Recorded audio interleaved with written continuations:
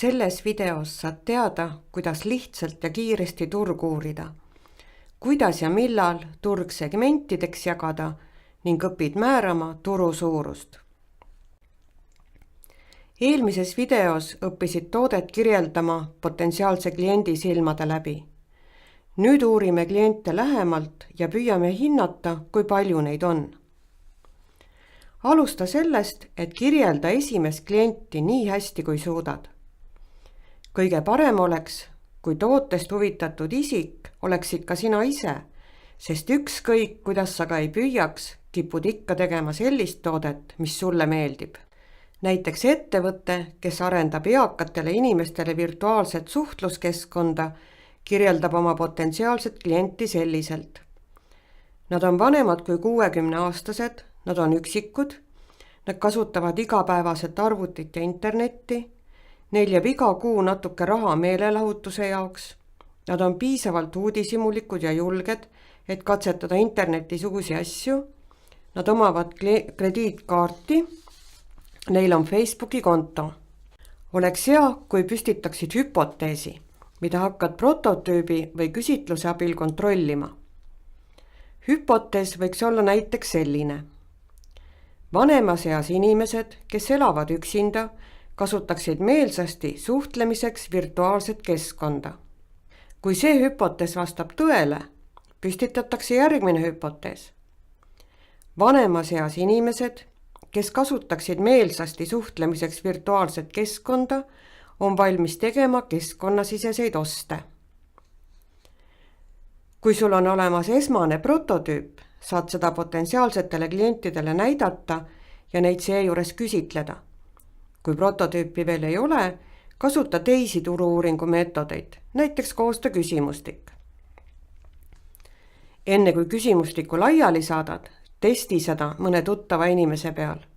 Kontrolli, kas kõik võimalikud vastuse variandid on olemas ja kas nad kõik saavad küsimustest ühtemoodi aru. Pea meeles küsimustiku koostamise reegleid.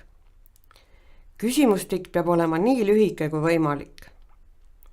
Küsimused peavad olema sõnastatud lihtsalt ja selgelt. Küsimused peavad olema konkreetsed. Ära kasuta sõnu tavaliselt, sageli, regulaarselt ega teisi sõnu, millest erinevad inimesed võivad erinevalt aru saada. Küsimused peavad olema neutraalsed, mitte suunavad. Lisa ka vastajat iseloomustavad küsimused, et selgitada välja kliendi profiil ja otsustada, kas turul on segmente. Lisa üks avatud küsimus, kus vastuste valikuid ei ole ette antud. Küsimustikule võiksid lisada toodet tutvustava video või joonise, et vastajad saaksid aimu, millega tegemist. Ühtlasi oleks see ka heaks eelreklaamiks ja huvilistele isu tekitajaks. Soovitan teha Facebookis lehe, kuhu video või joonis koos küsimustikuga üles laadida ja kus seda postitust seejärel võimendada. Facebook võimaldab valida, kelle uudiste voogu see jõuab ja nii saad välistada selle jõudmise sihtturgu mittekuuluvate inimeste ekraanile. Umbes nädalaga on pilt palju selgem. Peale vastuste saad Facebooki statistikast teada, millistel päevadel ja mis kellaajal sinu sihtturg tavaliselt Facebooki kasutab. Nii oskad järgmisi postitusi veel paremini suunata. Pärast piisava arvu vastuste laekumist analüüsi tulemusi ja tee järeldused.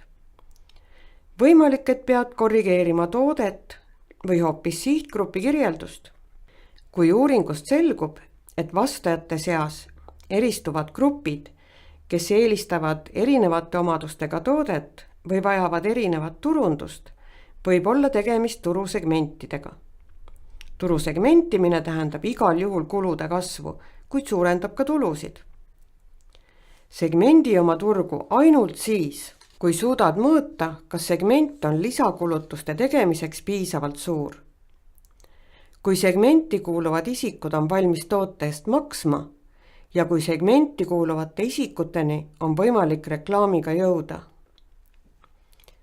Kui uuring on andnud piisavalt palju informatsiooni, saad hakata hindama turu suurust. Näiteks luues eakatele inimestele virtuaalset suhtlemiskeskkonda, leitakse esmalt üle 60-aastaste inimeste arv riigis, kust loodetakse kliente leida. Seejärel uuritakse, mitu protsenti neist eakatest inimestest kasutab internetti ja kui paljudel neist on Facebooki konto. Seda viimast uuritakse siis, kui soovitakse Facebookis reklaamida. Rohkelt head informatsiooni leiad erinevatelt internetilehtedelt. Arvestada tuleb ka sellega, et mitmed sihtturgu kuuluvad potentsiaalsed kliendid juba kasutavad konkureerivaid tooteid. Sellele aga peaksid vastuse saama turu-uuringust. Taolise uuringu abil saad esialgse hinnangu turu suuruse kohta. Näiteks internetti kasutavate eakate inimeste arv kogu maailmas on 117 miljonit inimest. Inglise keeles kasutatakse selle kohta lühendit TAM, mis tuleb sõnadest Total Available Market ehk kogu olemasolev turg. Kõik need inimesed saaksid klientideks siis, kui seda teenust pakutakse absoluutselt igas riigis ja ühtegi konkurenti ei oleks. Oletame, et vaid 50% neist kasutab sotsiaalvõrgustikke ja et turu-uuringu põhjal neist omakorda kolmandik ei soovi interneti teel teistega suhelda. Järele jääb 39 miljonit inimest. Selle kohta on inglise keeles lühend SAM, mis tuleb sõnadest Serviceable Available Market ehk turg, mis on teenuse ostmiseks valmis. Kuid turul on ka konkurendid. Oletame nüüd, et tänu sinu tugevale konkurentsieelisele hõivavad konkurendid turust vaid 50%. Realistlikum hinnang turu suurusele on seega 20 miljonit inimest, mille kohta inglise keeles kasutatakse lühendit SOM ehk Serviceable Obtainable Market, mis eesti keeles kõlaks umbes kättesaadav turg, kes on valmis sinu teenust ostma. Selles videos õppisid kiiresti ning lihtsalt potentsiaalsete klientide kohta informatsiooni hankima. Said teada, millal tuleks turgu segmentida ja millal mitte. Lõpuks õppisid määrama turu suurust. Järgmises videos uurime konkurente ja kujundame selle uuringu põhjal konkurentsieelise. Kohtumiseni järgmises videos!